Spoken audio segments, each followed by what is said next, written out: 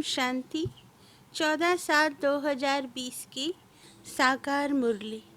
मीठे बच्चे, इस शरीर की वैल्यू तब है जब इसमें आत्मा प्रवेश करे, लेकिन सजावट शरीर की होती, आत्मा की नहीं। प्रश्न: तुम बच्चों का फर्ज क्या है? तुम्हें कौन सी सेवा करनी है? उत्तर: तुम्हारा फर्ज है अपने हमजिन्स को नर से नारायण, नारी से लक्ष्मी बनने की युक्ति बताना। तुम्हें अब भारत की सच्ची रूहानी सेवा करनी है। तुम्हें ज्ञान का तीसरा नेत्र मिला है, तो तुम्हारी बुद्धि और चलन बड़ी रिफाइन होनी चाहिए। किसी में मोह जरा भी ना हो। गीत है, नयनहीन को राह दिखाओ प्रभु। ओम शांति। डबल ओम शांति। तुम बच्चों को रेस्पॉन्ड करना चाहिए। ओम शांति। हमारा स्वधर्म है शांति। तुम अभी शांति के लिए थोड़े ही कहाँ जाएंगे? मनुष्य मन की शांति के लिए साधु संतों के पास भी जाते हैं ना। अब मन बुद्धि तो है, आत्मा के ऑर्गन्स। जैसे ये शरीर के ऑर्गन्स हैं, वैसे मन बुद्धि और चक्षु। अब चक्षु जैसे यह नयन है, वैसे वह नहीं है। कहते हैं, हे प्रभु नयनहीन को राह बताओ। अब प्रभु व ईश्वर कहने से वह बाप का लव नहीं आता है। बाप से तो बच्चों को वर्षा मिलता है। यहाँ तो तुम बाप के सामने बैठे हो, पढ़ते भी हो। तुमको कौन पढ़ाते हैं? तुम ऐसे नहीं कहेंगे कि परमात्मा व प्रभु पढ़ाते हैं। तुम कहेंगे शिव बाबा पढ़ाते हैं। बाबा अक्षर तो बिल्कुल सिंपल है भी बाप दादा। आत्मा तो आत्मा ही कहा जाता है। आत्मा को आत्मा ही कहा जाता है। वैसे वह परमात्मा है। वह कहते हैं, मैं परमात्मा यानी परमात्मा तुम्हारा बाप हूँ। फिर मुझ परमात्मा का ड्रामा अनुसार नाम रखा हुआ है शिव। ड्रामा में सबका नाम भी चाहिए ना। शिव का मंदिर भी है। भक्ति मार्ग वालों ने तो एक के बदले अनेक नाम रख दिए हैं और फिर ढेर के ढेर मंदिर बनाते रहते हैं। चीज़ एक ही है। सोमनाथ का मंदिर कितना बड़ा है, कितना सजाते हैं। महलों आदि की भी कितनी सजावट रखते हैं। आत्मा की तो कोई सजावट नहीं है। वैसे परमात्मा की भी सजावट नहीं है। वह तो बिंदी है। बाकी जो भी सजावट है वह शरीर की है। बाप कहते हैं, ना हमारी सजावट है, ना आत्माओं की सजावट है। आत्मा है ही बिंदी।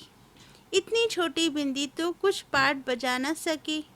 वह छोटी सी आत्मा शरीर में प्रवेश करती है तो शरीर की कितने प्रकार की सजावट होती है।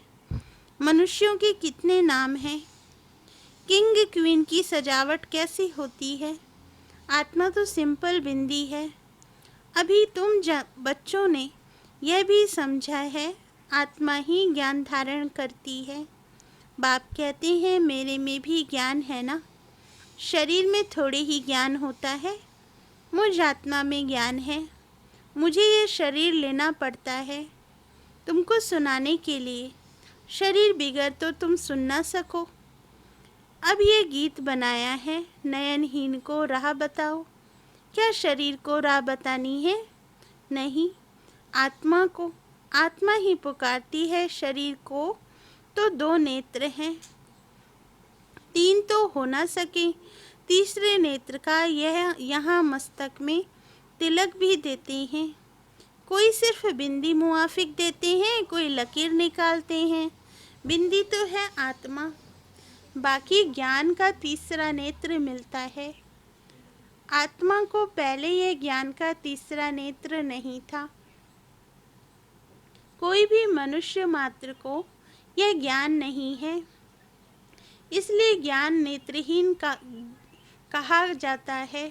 बाकी ये आँखें तो सबको हैं। सारी दुनिया में कोई को यह तीसरा नेत्र नहीं है। तुम हो सर्वोत्तम ब्राह्मण कुल के। तुम जानते हो भक्ति मार्ग और ज्ञान मार्ग में कितना फर्क है। तुम रचता और रचना के आदि मध्य अंत को जानकर चक्रवर्ती राजा बनते हो। जैसे ICS वाले भी ऊंच पद पाते हैं, परंतु यहाँ कोई पढ़ाई से MP आदि नहीं बनते हैं। यहाँ तो चुनाव होते हैं, वोट्स पर MP आदि बनते हैं। अभी तुम आत्माओं को बाप की श्रीमत मिलती है, और कोई भी ऐसे नहीं कहेंगे कि हम आत्मा को मत देते हैं। वह तो सब हैं देह अभिमानी। बाप ही आकर देही अभिमानी बनना सिखलाते हैं। सब हैं देह अभिमानी। मनुष्य शरीर का कितना भपका रखते हैं। यहाँ तो बाप आत्माओं को ही देखते हैं। शरीर तो विनाशी वर्थ नोटे पैनी है। जानवरों की तो फिर भी खाल आदि बिकती है। मनुष्यों का शरीर तो कोई काम में नहीं आता। अब बाप आकर वर्थ पाउंड बनाते हैं। बाबा कहते, तुम बच्चे जानते हो कि अभी हम सो देवता बन रहे हैं, तो यह नशा चढ़ना चाहिए, परंतु यह नशा भी नंबरवार पुरुषार्थ अनुसार रहता है। धन का भी नशा होता है ना। अभी तुम बच्चे बहुत धनवान बनते हो, तुम्हारी बहुत कमाई हो रही है, तुम्हारी महिमा भी अनेक प्रकार की है। तुम फूलों का बगीचा बनाते हो। सतयुग को कहा जाता है गार्डन ऑफ फ्लावर्स। इसका सैम्पलिंग कब लगता है, यह भी किसको पता नहीं। तुमको बाप समझाते हैं, बुलाते भी हैं, हे बागवान आओ। उनको माली नहीं कहेंगे। माली तुम बच्चे हो जो सेंटर्स संभालते हो। माली अनेक प्रकार के होते हैं, बागवान एक ही है। मुगल गार्डन के माली को पगार भी इतना बड़ा मिलता होगा ना। बगीचा ऐसा सुंदर बनाते हैं जो सब देखने आते हैं। मुगल लोग बहुत शौकीन होते हैं। उनकी स्त्री मरी तो ताजमहल बनाया, उनका नाम चला आता है। कितने अच्छे अच्छे यादगार बनाए हैं। तो बाप समझाते हैं मनुष्य की कितनी महिमा होती है। मनुष्य तो मनुष्य ही है। लड़ाई में ढेर के ढेर मनुष्य मरते हैं, फिर क्या करते हैं? घासलेट पेट्रोल डाल खलास कर देते हैं।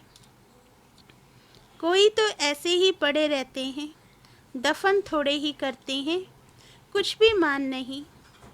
तो अब तुम बच्चों को कितना नारायणी नशा चढ़ना चाहिए।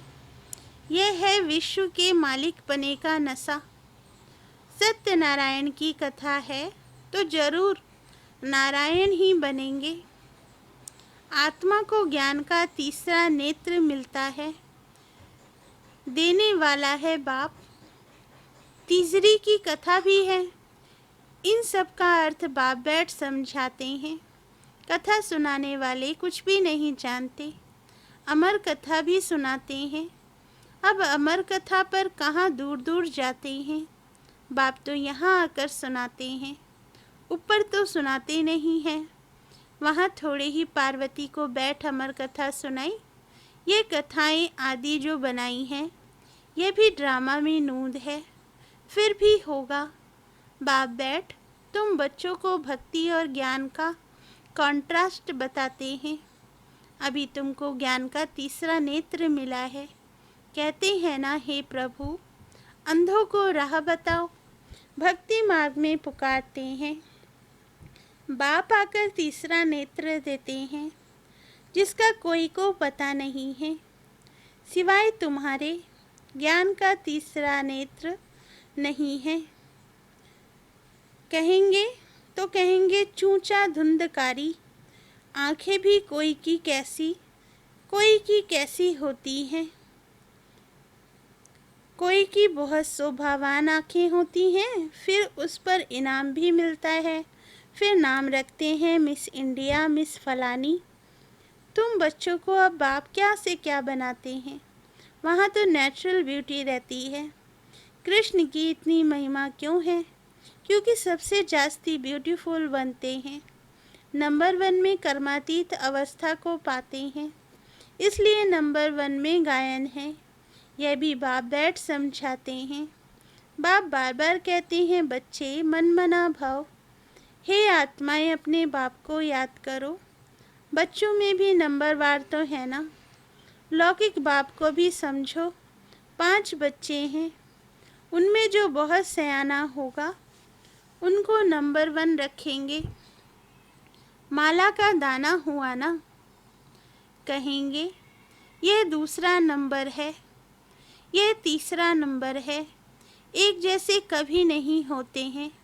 बाप का प्यार भी नंबरवार होता है। वह है हद की बात, यह है बेहद की बात। जिन बच्चों को ज्ञान का तीसरा नेत्र मिला है, उनकी बुद्धि और चलन आदि बड़ी रिफाइन होती है। एक किंग ऑफ फ्लावर होता है, तो ये ब्रह्मा और सरस्वती किंग क्वीन फ्लावर ठहरे। ज्ञान और याद दोनों में तीखे हैं। तुम जानते हो हम देवता बनते हैं, मुख 8 रतन बनते हैं। पहले पहले है फूल, फिर युगल दाना ब्रह्मा सरस्वती। माला सिमरते हैं ना। वास्तव में तुम्हारा पूजन नहीं है, सिमरन है। तुम्हारे ऊपर फूल नहीं चढ़ सकते हैं। फूल तब चढ़ें जब शरीर भी पवित्र हो।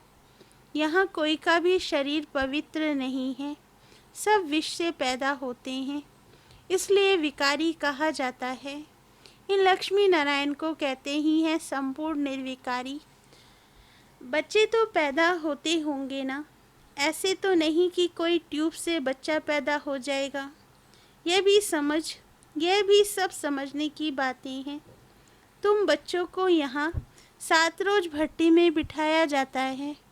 भट्टी में ईंटें कोई तो पूरी पक जाती हैं, कोई कच्ची रह जाती हैं। भट्टी का मिसाल देते हैं। अब ईंट की भट्टी का थोड़े ही शास्त्रों में वर्णन हो सकता है। फिर उसमें बिल्ली की भी बात है। गुलब कावली की कहानी में भी बिल्ली का नाम दिखाया है। दीवे दीपक को बुझा देती है। तुम्हारा भी यह हाल होता है ना। माया बिल्ली विघ्न डाल देती है, तुम्हारी अवस्था को गिरा देती है। देह अभिमान है पहला नंबर, फिर और विकार आते हैं। देह अभिमान है पहला नंबर, फिर और विकार आते हैं। मोह भी बहुत होता है। बच्ची कहे, मैं भारत को स्वर्ग बनाने की रूहानी सेवा करूंगी। मोहवश माँ बाप कहते, हम अलाउ नहीं करेंगे। यह भी कितना मोह है। तुम्हें मुंह की बिल्ली या बिल्ला नहीं बनना है। तुम्हारी एम ऑब्जेक्ट ही यह है। बाप आकर मनुष्य से देवता, नर से नारायण बनाते हैं। तुम्हारा भी फर्ज है अपने हमजिन्स की सेवा करना, भारत की सर्विस करना। तुम जानते हो हम क्या थे, क्या बन गए हैं। अब फिर पुरुषार्थ करो राजाओं का राजा बनने के लिए। तुम जानते हो हम अपना राज स्थापन करते हैं, कोई तकलीफ की बात नहीं। विनाश के लिए भी ड्रामा में युक्ति रची हुई है। आगे भी मूसलों से लड़ाई लगी थी। जब तुम्हारी पूरी तैयारी हो जाएगी, सब फूल बन जाएंगे, तब विनाश होगा। कोई किंग ऑफ फ्लावर है, कोई गुलाब, कोई मोतिया है। हर एक अपने को अच्छी रीति समझ सकते हैं कि हम अक हैं व फूल हैं। बहुत हैं जिनको ज्ञान की कुछ धारणा नहीं होती। नंबरवार तो बनेंगे ना, या तो बिल्कुल हाईएस्ट या तो बिल्कुल लोएस्ट। राजधानी यहाँ ही बनती है। शास्त्रों में तो दिखाया है पांडव गल मरे, फिर क्या हुआ कुछ भी पता नहीं। कथाएं तो बहुत बनाई हैं, ऐसी कोई बात है नहीं। बाबा कहते, अभी तुम बच्चे कितने स्वच्छ बुद्धि बनते हो। बाबा तुमको बहुत प्रकार से समझाते रहते हैं। कितना सहज है, सिर्फ बाप को और वर्षे को याद करना है। बाप कहते हैं मैं ही पतित पावन हूँ। तुम्हारी आत्मा और शरीर दोनों पतित हैं। अब पावन बनना है। आत्मा पवित्र बनती है तो शरीर भी पवित्र बनता है। अभी तुमको बहुत मेहनत करनी है। बाप कहते हैं बच्चे बहुत कमज़ोर हैं, याद भूल जाती है। बाबा खुद अपना अनुभव बताते हैं। भोजन पर याद करता हूँ, शिव बाबा हमको खिलाते हैं, फिर भूल जाते हैं। फिर स्मृति में आता है तुम्हारे में भी नंबरवार पुरुषार्थ अनुसार है। कोई तो बंधन मुक्त होते हुए भी फिर फंस मरते हैं। धर्म के भी बच्चे बना देते हैं। अभी तुम बच्चों को ज्ञान का तीसरा नेत्र देने वाला बाप मिला हुआ है।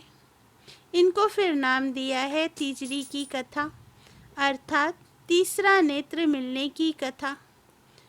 बाबा कहते अब तुम नास्तिक से आस्तिक बनते हो।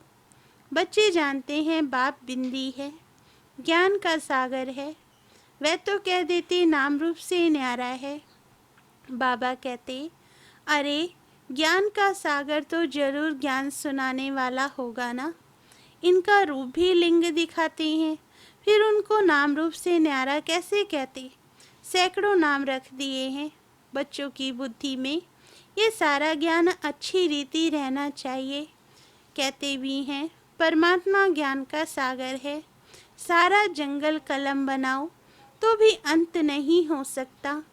अच्छा, मीठे मीठे सिकेल दे बच्चों प्रति माता पिता बाप दादा का याद प्यार और गुड मॉर्निंग। रूहानी बाप की रूहानी बच्चों को नमस्ते। धारणा के लिए मुख्य सार। फर्स्ट पॉइंट, अभी हम बाप द्वारा बर्थ पाउंड बने हैं। हम स्वदेवता बनने वाले हैं। इसी नारायणी नशे में रहना है। बंधन मुक्त बन सेवा करनी है। बंधनों में फंसना नहीं है। सेकंड पॉइंट, ज्ञान योग में तीखे बन माता पिता समान किंग ऑफ फ्लावर बनना है और अपने हमजिन्स की भी सेवा करनी है। वरदान, क्यों क्या के क्वेश्चन की जाल से सदा मुक्त रहने वाले विश्व सेवाधारी चक्रवर्ती भव। वरदान का सार, जब स्वदर्शन चक्र राइट तरफ चलने के बजाय रॉन्ग तरफ चल जाता है, तब मायाजीत बनने के बजाय पर के दर्शन उलझन में चक्र में आ जाते हो, जिससे क्यों और क्या के क्वेश्चन की जाल बन जाती है, जो स्वयं ही रचते और फिर स्वयं ही फंस जाते। इसलिए नॉलेजफुल बन स्वदर्शन चक्र फिराते रहो, तो क्यों क्या के क्वेश्चन की जाल से मुक्त हो। योग युक्त जीवन मुक्त चक्रवर्ती बन बाप के साथ विश्व कल्याण की सेवा में चक्र लगाते रहेंगे। विश्व सेवाधारी चक्रवर्ती राजा बन जाएंगे। स्लोगन, प्लेन बुद्धि से प्लान को प्रैक्टिकल में लाओ तो सफलता समाई हुई है। अच्छा, ओम शांति।